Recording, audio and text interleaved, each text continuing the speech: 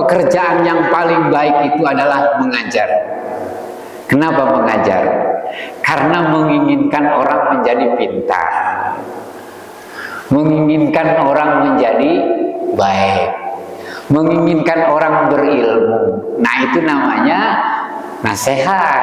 Jadi nggak omongannya, tetapi perilakunya. Kenapa kita nggak boleh durhaka sama orang tua? Karena orang tua itu pasti menginginkan anaknya baik, kan? Nggak ada orang, walaupun bapaknya penjahat, pasti pengen anaknya jadi baik. Nah, itu namanya nasihat. Makanya kita ya dilarang, sangat dosa besar durhaka kepada orang tua.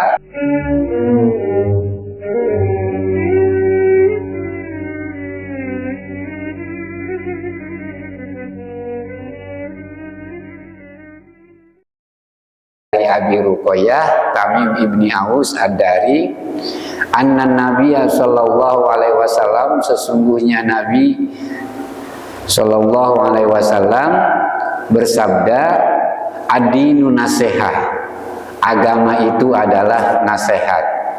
Kulna liman, kami berkata, untuk siapa ya Rasulullah? Ya. Qala lillah, yaitu nasihat untuk Allah, wali kitabihi, untuk kitab-kitabnya, wali rasulihi, dan untuk rasul-rasulnya, wali aimatil muslimina, dan untuk para pemimpin muslim, umat muslim, wa amatihi, dan orang-orang muslim secara umum. Rawahu Muslim, hadis ini diriwayatkan oleh Muslim. Jadi menyerangkan bahwa agama itu nasihat, berkaitan dengan nasihat. Nasihat itu bukan seperti yang kita pelajari, yang kita ketahui sekarang. Nasihat itu ngomongin orang supaya melakukan ini itu. Kan kalau kita kan begitu, itu nasihat. Kesini kamu saya nasihatin. Kamu harus begini, harus begini, harus begini. Nah, maksud di sini nasihatnya bukan begitu. Kalau itu namanya wasiat. Kalau kita menyuruh orang untuk melakukan sesuatu, itu namanya wasiat. Kalau dalam istilah agama, contohnya ketika sholat Jumat, kan usikum wa iyaya bitaqwallah. Saya mewasiatkan para jamaah untuk takwa kepada Allah. Usikum wasiyah, wa tawasau bil haqqi wa tawasau bis sabr. Saling mewasiatkan, artinya menyarankan orang, menyuruh orang untuk melakukan sesuatu. Nah, itu wasiat. Kalau nasihat itu menempatkan sesuatu kepada hal yang baik, itu namanya nasihat. Menempatkan sesuatu kepada hal yang baik atau menjadikan sesuatu dan menginginkan sesuatu menjadi baik. Nah, itu istilah dari nasihat. Nah, hadis ini dari Abi Ruqayyah Tamim bin Aus Ad-Dari. Tamim bin Aus Ad-Dari itu adalah sahabat Rasulullah yang awalnya adalah orang Nasrani. Orang Nasrani berasal dari daerah Syam. Dia suatu saat naik kapal dengan 30 orang. Itu karena banyak gelombang. Kenapa dia masuk Islam itu? Karena dari At-Tamimi ini orang sahabat Rasulullah yang pernah melihat Dajjal, dan yang melihat Jassasah. Jassasah itu penjaga yang menjaga Dajjal, itu Jassasah, asal katanya dari jasus. Jadi pada awalnya Tamimi ini naik kapal, terombang-ambing di lautan, akhirnya terbawa ke sebuah pulau. Dia singgah di sebuah pulau, melihat makhluk yang semuanya bulu. semuanya bulu-bulu, semua berbulu dan badan tinggi, dari atas sampai bawah semuanya berbulu. Makhluk besar, tinggi, mungkin kayak kalau istilah kita kayak raksasa lah gitu. Nah, ditanya oleh rombongan dari Tamim ini kamu ini apa? Nah, si makhluk tersebut menjawab bahwa saya adalah jasasa. Kenapa dikatakan jasasa? Saya ini istilahnya orang yang mengawasi dunia, melihat informasi-informasi tentang dunia, nanti saya kabari kepada Dajjal. Nah, dan saya suruh kalian untuk masuk ke gua di sana, dan kalian di sana akan bertemu seseorang yang bisa menunjukkan jalan untuk bisa pulang. Nah, si Dajjal itu akhirnya dari At-Tamimi itu beserta rombongan masuk ke dalam, dan di situ ada orang yang dibelenggu, makhluk besar yang dibelenggu, kakinya sampai di kepalanya diikat. Nah, itu ditanya, siapa kamu? Saya adalah Al-Masih, katanya. Kenapa dikatakan Al-Masih? Saya itu yang bisa meratakan tanah. Jadi setiap tanah yang saya injak itu menjadi rata, masih. Dan ada yang meriwayatkan dikatakan Al-Masih, ya. Al-Masih itu karena dia itu semua telapak yang ia bekas ia berjalan itu akan hilang, hapus. Nah, itu Dajjal. Jadi, nah akhirnya si makhluk Dajjal itu yang dibelenggu itu nanya dari At-Tamimi dan ke rombongan, katanya, kalian tahu saya mau tanya, apakah kebun kurma di daerah Baisan itu, daerah Palestina, daerah Sam? Dia nanya, jadi dia di dalam tapi dia tahu. Kalian tahu nggak, katanya, apa kebun kurma yang di daerah Baisan itu di daerah Sam Palestina masih berbuah enggak? Oh, masih berbuah. Oh, orang ini di dalam gua tahu di Baisan itu ada kebun kurma. Dia nanya, apakah kebun kurma itu masih berbuah enggak? Oh, masih berbuah, kata si Tamim Aus bin Andari itu. Nah, terus nanya lagi, terus kalau Danau Tobariyah masih ada airnya enggak, katanya, atau Selat Tobariyah namanya. Selat Tobariyah itu airnya masih banyak enggak? Oh, masih. Nah, kalau sebentar lagi dia asat airnya, kata si Dajjal itu. Nah, kalau airnya asat berarti tanda kiamat. Masih sekarang masih airnya masih ada. Nanya lagi, apakah mata air di Zubur itu masih keluar enggak airnya? Masih. Nah, kalau air itu asat, mata airnya habis, berarti tanda kiamat. Jadi pada zaman Rasulullah itu Dajjal sudah ada. Nanya ke Tamim bin Aus Andari tadi. Nanya lagi, itu Muhammad Rasulullah SAW itu masih di Mekah atau masih di Madinah? Oh, katanya Muhammad Rasulullah sekarang udah di Madinah, udah hijrah. Terus apa yang dilakukan oleh orang Mekah? Apakah orang Mekah memerangi Rasulullah? Ya, orang Mekah itu memerangi Rasulullah. Jadi si Dajjal itu tahu bahwa orang Mekah itu memerangi Rasulullah, sehingga Rasulullah pindah ke Madinah. Dan dia bahkan menyarankan sebaiknya kalian ikutin itu, katanya Rasulullah, kalau kalian pengen selamat, dan saya tunjukkan kalian jalan untuk menuju Madinah. Nah akhirnya betul Tamim bin Aus itu dia keluar dan diberi arah untuk pulang. Nyampe di Madinah, nyampe di Mekah, karena udah di Madinah Rasulullah, ya, dia nyampe ke Madinah. Tamim bin Aus itu membawa lilin, dia masuk masjid. Nah lilinnya itu obornya itu taruh di masjid, ditaruh di masjid, dia nginep di masjid dan ditaruh di masjid. Nah ketemu Rasulullah, siapa kamu? Saya Tamim bin Aus.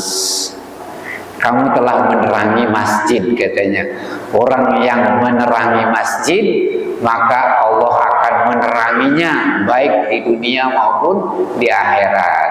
Akhirnya dia masuk Islam. Kemudian Rasulullah mengumpulkan para sahabat. Nah, kata Rasulullah, nanya kepada sahabat, kamu pernah dengar nggak? Kata Rasulullah, saya pernah bercerita tentang Dajjal, orang yang bertemu dengan Dajjal. Oh pernah ya Rasulullah. Nih orangnya ya, baru sampai, dan apa yang diceritakan oleh saya sama dengan yang ia alami.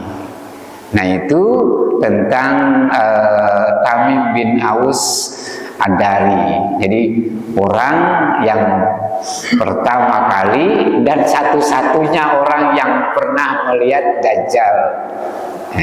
Dari zaman ketika zaman Rasulullah, dan oleh Rasulullah udah diceritakan sebelumnya bahwa Dajjal itu tinggal di sebuah pulau dan dijaga oleh jasasa.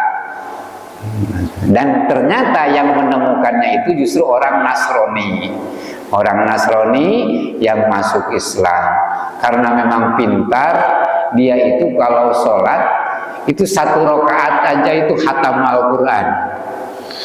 Ketika sholat itu 1 rakaatnya khatam Al-Quran. Jadi kalau dua kali yang ada bacaan surat-suratnya berarti 2 kali khatam Al-Quran. Jadi itu tentang Tamim bin Aus Ad-Dari. Jadi hadis ini dan hadis yang diriwayatkan oleh Tamim bin Aus Ad-Dari ini yang ada yang diriwayatkan Bukhari dan Muslim hanya hadis tentang ini saja. Jadi satu-satunya hadis yang diriwayatkan oleh Tamim Ad-Dari itu cuma hanya ini. Nah, jadi hadis ini bercerita Rasulullah menjelaskan tentang nasihat. Jadi nasihat itu bukan kita menyuruh orang untuk melakukan kebaikan, tetapi kita menginginkan orang melakukan kebaikan atau diperlakukan baik. Di situ. Makanya Rasulullah bersabda ad-dinu nasihat, bahwa din itu nasihat, yaitu menginginkan, ya, menjelaskan, ya, menjadikan sesuatu itu menjadi baik. Makanya atau menginginkan seseorang menjadi baik dalam agama itu. Makanya pekerjaan yang paling baik itu adalah mengajar. Kenapa mengajar? Karena menginginkan orang menjadi pintar, menginginkan orang menjadi baik, menginginkan orang berilmu. Nah itu namanya nasihat. Jadi nggak omongannya, tetapi perilakunya. Kenapa kita nggak boleh durhaka sama orang tua? Karena orang tua itu pasti menginginkan anaknya baik, kan? Nggak ada orang, walaupun bapaknya penjahat, pasti pengen anaknya jadi baik. Nah itu namanya nasihat. Makanya kita, ya, dilarang sangat dosa besar durhaka kepada orang tua. Ya. Dosa besar kalau kita durhaka kepada orang tua, karena semua orang tua pasti memiliki nasihat, pasti menginginkan anaknya baik. Nah, menginginkan anaknya baik itu namanya nasihat. Seperti itu. Nah sekarang kita menginginkan baik agar orang menjadi baik, menjadi berbuat baik kepada Allah. Jadi dikatakan Rasulullah ditanya oleh sahabat, baik kepada siapa ya Rasulullah? Ya kan? Yaitu berbuat baik kepada Allah, qala lillah, wali kitabihi, dan kepada kitabnya Al-Quran, wali rasulihi, dan kepada rasul-rasulnya, dan para pemimpin muslimin, wa amatihi, dan kaum muslimin secara umum. Nah, berbuat baik kepada Allah itu apa? Berbuat baik kepada Allah itu bagaimana? Ya, satu-satunya Allah itu ya harus kita sembah. Nah itu namanya agama menyarankan orang supaya menyembah Allah. Nah makanya agama dikatakan nasihat. Agama dikatakan nasihat karena agama mengajarkan orang supaya menyembah Allah. Melarang manusia untuk menyekutukan Allah. Itu nasihat agama itu pengin manusia itu ya untuk tidak menyekutukan Allah. Agama itu pengen ya agar manusia tidak menyekutukan Allah, agar manusia mensifatkan Allah dengan sifat-sifat yang baik. Agama itu mengajarkan orang supaya orang tidak melanggar aturan-aturan dan larangannya. Dan agama juga menginginkan orang supaya tidak mencintai orang yang dimurkai oleh Allah. Kita tidak boleh mencintai atau setuju kepada orang-orang yang durhaka kepada Allah. Makanya kita dilarang untuk mendoakan orang kafir. Ada orang kafir meninggal dunia, innalillahi wa inna ilaihi raji'un, Allahumma ighfir lahu warhamhu. Nah itu dosa haram itu hukumnya. Karena berarti kita setuju dengan orang itu kafir. Makanya Nabi Ibrahim 40 tahun nyesel dan gak mau menoleh ke langit karena malu kepada Allah, karena dimarahin oleh Allah. Karena kenapa? Karena memohonkan ampun bapaknya yang kafir.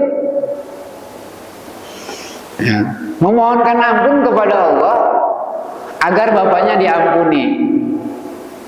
Memohon kepada Allah agar bapaknya yang kafir diampuni. Allah murka, marah, dan Nabi Ibrahim selama 40 tahun nggak berani menoleh ke langit karena malu kepada Allah. Nah itu kita dilarang mencintai orang yang durhaka kepada Allah, mendoakan orang-orang yang dimurkai oleh Allah, hukumnya haram. Nah ini jadi nasihat agama menginginkan manusia supaya berbuat baik, kalau bahasa kerennya proporsional ya. Profesional apa proporsional? Proporsional. Nah wali kitabihi, dan agama menginginkan orang umat Islam supaya memperlakukan dengan baik terhadap kitabnya. Bagaimana memperlakukan dengan baik kitab Allah? Meyakini bahwa ini Al-Quran adalah kalam Allah. Itu berarti kita memperlakukan baik Al-Quran sesuai dengan proporsinya dan tujuan dia diturunkan. Menghormatinya, melaksanakan apa yang di dalamnya. Nah itu kita berbuat baik, memperlakukan Al-Quran dengan baik, dan melakukan atau mengamalkan semua ajaran-ajaran yang ada di dalam Al-Quran. Nah, secara fisik mushaf Al-Quran, kitab kitab Al-Quran, mushaf, itu juga kita harus memperlakukan dengan baik. Contohnya, kita posisi Al-Quran itu harus di atas kita. Contohnya Al-Quran nggak boleh taruh di bawah, Al-Quran taruh di atas, itu sebagai takzim. Terus kalau habis baca Al-Quran dicium, seperti itu. Nah itu sebagai takzim, bukannya bid'ah. Ini kan cium itu sebagai simbol bahwa kita mencintai Al-Quran. Mencium Al-Quran, katanya dia mencium kertas. Bukan, ini kan simbol, bahasa-bahasa simbol bahwa kita mengagungkan Al-Quran. Contohnya ada orang yang menjadi wali gara-gara dia menghormati kalimat Allah. Suatu saat namanya Bishr Al-Khafi. Bishr Al-Khafi itu orangnya pemabuk, orangnya tukang main perempuan, tukang main judi kalau malam di pasar. Suatu saat dia pulang dari nongkrong, lihat tulisan dari pelepah kurma yang jatuh di jalan, ada tulisan Bismillahirrahmanirrahim. Dia nih Bishr Al-Khafi yang pulang dari pasar, yang habis mabuk, yang habis main judi, lihat ada tulisan Bismillah di bawah, diambil sama dia, ditaruh di udeng-udengnya, dibawa pulang. Nyampe di rumah, diusap-usap itu tulisan itu, disemprot pakai minyak wangi, ditaruh di lemari yang paling atas. Ini begini-begini juga nih, ada nama Tuhan saya nih. Nah, kata dia, ada Bismillahirrahmanirrahim, ada nama Tuhan saya, ini jangan sembarangan nih. Saya taruh di atas lemari yang paling tinggi. Saya hormati. Malam-malam tidur, nah ketika tidur dia bermimpi, ya, disapa oleh Allah, "Hei Bishr Al-Khafi, engkau telah mengangkat namaku, telah mengagungkan namaku di dunia, maka engkau akan aku agungkan namamu baik di dunia maupun di akhirat." Bangun tidur, dia tobat, dia pergi keliling dunia tanpa sendal, tanpa pakai sendal.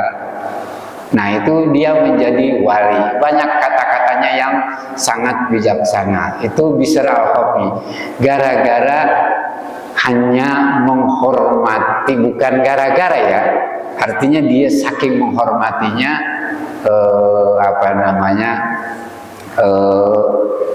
kalimat-kalimat Allah. Makanya kalau Bishr Al-Khafi ngomong, itu dari nafasnya itu keluar wangi-wangian, karena dia udah menyemprotkan nama Allah dengan wangian. Setiap dia ngomong itu semua ruangan menjadi harum. Nah, itu Bishr Al-Khafi. Jadi kita secara fisik aja meremehkan namanya Al-Quran. Secara fisik yang jelas-jelas aja kita meremehkan Al-Quran, bahwa Al-Quran sembarangan.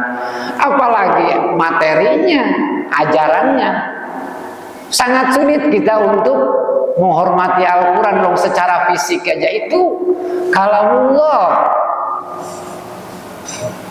Seperti itu. Jadi, nah itu kita memperlakukan baik Al-Quran.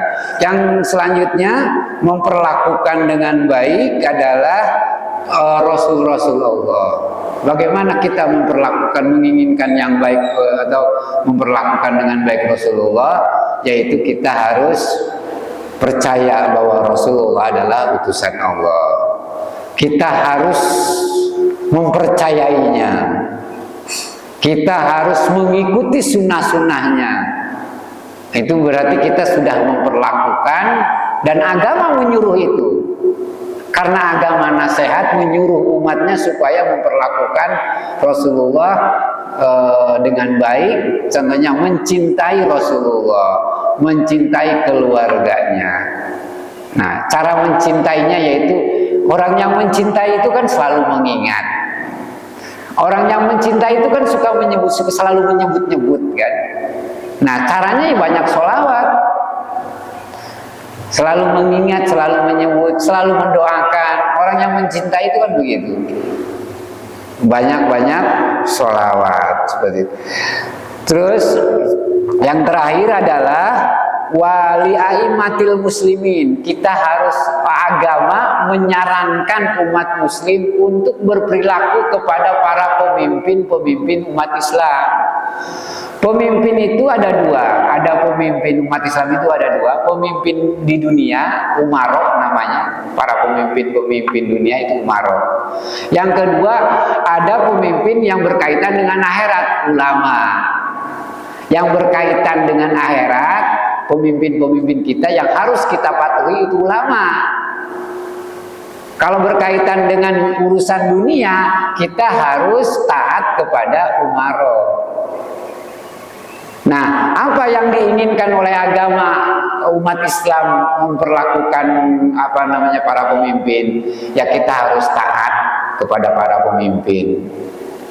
Nah, kalau dalam hal yang tidak bertentangan dengan agama, taat kepada pemimpin itu juga ajaran agama, asal dalam hal-hal yang tidak melanggar agama. Yang kedua juga mendoakan umat para pemimpin supaya adil, supaya bisa menjalankan agama. Jangan tiap hari dicaci mulu, gak menyelesaikan masalah. Mendingan diem. Kalau nggak bisa ngenasehatin, nggak bisa ngelarang, mendingan diem. Nggak ada faedahnya, hanya bikin dosa. Akhirnya dosa para pemimpin kita yang nanggung. Kenapa? Karena kita selalu ngomong-ngomongin yang jelek-jelek. Itu kewajiban kita. Agama menyuruh kita untuk taat kepada pemimpin, selama pemimpin itu tidak mengajak kita kepada hal-hal yang tidak melanggar agama, yang tidak baik atau melanggar agama. Terus yang selanjutnya adalah menasehati mereka, supaya mereka berbuat baik, tidak zolim. Orang yang zolim kita juga harus cintain. Cara mencintai orang zolim itu dengan cara menasehatin supaya dia jangan zolim.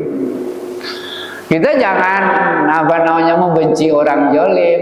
Iya sih, perbuatannya kita benci, tetapi orangnya harus kita nasehatin supaya mereka dia berbuat baik. Cuman caranya dengan cara yang baik. Kata Imam Syafi'i, kalau menasehati orang di depan orang, sebenarnya kamu bukan menasehatinya, tetapi kamu menghinanya. Jadi kalau nasehatin orang jangan di depan orang. Itu Imam Syafi'i. Nah, yang kalau pemimpin agama berkaitan dengan agama ya para ulama. Apa yang harus kita lakukan terhadap ulama? Yaitu mendengarkan fatwanya, melakukan atau minimal menghormatinya. Kita menghormati seseorang bukan menghormati orangnya, tetapi menghormati sesuatu yang ia miliki, ilmu. Kita menghormati kiai, kita menghormati ulama, bukan menghormati orangnya, tetapi menghormati sesuatu yang ia miliki, yaitu ilmu. Kalau kita menghormati ilmu, berarti menghormati ajaran agama. Dan itu adalah ilmu itu nur, ilmu itu cahaya. Dan cahaya Allah tidak akan diturunkan kepada orang-orang yang ahli maksiat. Nah, jadi kita menghormati ulama bukan karena orangnya, bukan karena, mohon maaf, contohnya Imam Nawawinya, tetapi ilmu yang dimiliki oleh Imam Nawawi. Kalau tanpa ilmu Imam Nawawi, ilmu tidak akan sampai sekarang. Kita makanya menghormati ulama. Nah, itu ulamanya ya ulama yang benar, jangan ulama yang yang katanya kan ciri-ciri ulama yang nggak baik itu cirinya biasanya masih suka kepada hal-hal yang materi. Ulama materi, suka pamer kekayaan, seleranya juga selera materi. Contohnya masih senang kekayaan, masih senang istri banyak, berarti dia kepuasannya masih kepuasan materi. Itu tahap materi. Tapi kalau ulama yang baik itu kepuasannya kepuasan batin. bukan masalah-masalah sifatnya yang kekayaan, perempuan. Yang kedua, ciri ulama su itu, ulama yang gak baik itu menjadikan agama sebagai lahan untuk mencari nafkah. Jadi biar kaya dia jadi ustad, karena bisa ceramah mana-mana. Terus dengan ceramah dapat duit banyak. Berarti dia menjadikan agama sebagai alat untuk mencari nafkah. Orang sombong karena agama itu dosanya lebih besar daripada orang sombong karena dia kaya. Karena agama itu ya hak prerogatif Allah. Nah, yang terakhir adalah kita mesti berbuat kepada kaum muslimin secara umum. Bagaimana caranya? Ya kita berbuat baik, memenuhi haknya. Itu agama menyarankan kita. Bahkan dalam Al-Quran dikatakan Allah berfirman, laqad ja'akum rasulun min anfusikum azizun 'alaihi ma 'anittum harisun 'alaikum bil mu'minina raufur rahim. Rasulullah itu sangat menginginkan kalian ya, untuk berbuat lemah lembut terhadap orang-orang yang beriman. Harisun 'alaikum bil mu'minina raufur rahim. Rasulullah itu ingin agar kita ini berbuat lemah lembut terhadap orang mukmin. Lah orang Rasulullah menyuruh kita berbuat lemah lembut kepada orang mukmin. Nah, kita malah menyuruh orang untuk berbuat menjelek-jelekan orang mukmin. Itu kan ajaran kagak bener. Sesama orang mukmin kita harus lemah lembut. Dan Rasulullah sangat menginginkan itu. Karena agama menginginkan orang untuk berlaku baik terhadap sesama. Makanya rukun khutbah salah satunya adalah doa, dan doanya mendoakan kaum muslimin dan muslimat. Allahumma fir lil mu'minina wal mu'minat wal muslimina wal muslimat. Karena nasihat menginginkan orang baik. Nah, itu saja. Jadi kita ingin orang senang. Itu berarti kan begini. Jadi sifat nasihat itu ingin senang kalau orang lain senang. Gitu. Jangan susah lihat orang lain senang. Senang lihat orang lain susah. Jangan. Agama itu senang lihat orang lain senang. Contohnya apa? Ada sahabat Rasulullah yang sering saya katakan. Siapa namanya? Kalau nggak salah Ibnu Salam kan? Kalau nggak salah Ibnu Salam. Suatu saat Rasulullah sedang berkumpul dengan sahabat. Nah, ada orang masuk lewat. Kata Rasulullah, itu ada orang calon penghuni surga lagi jalan menuju masjid. Itu satu hari. Besoknya lagi Rasulullah ngobrol bercengkrama di depan masjid. Orang itu datang, masuk masjid lagi. Orang calon penghuni surga masuk masjid. Orang itu lagi. Besoknya lagi yang ketiga, Rasulullah di depan masjid ngobrol dengan sahabat. Sabda Rasulullah, para sahabat, lihat orang calon penghuni surga mau masuk masjid.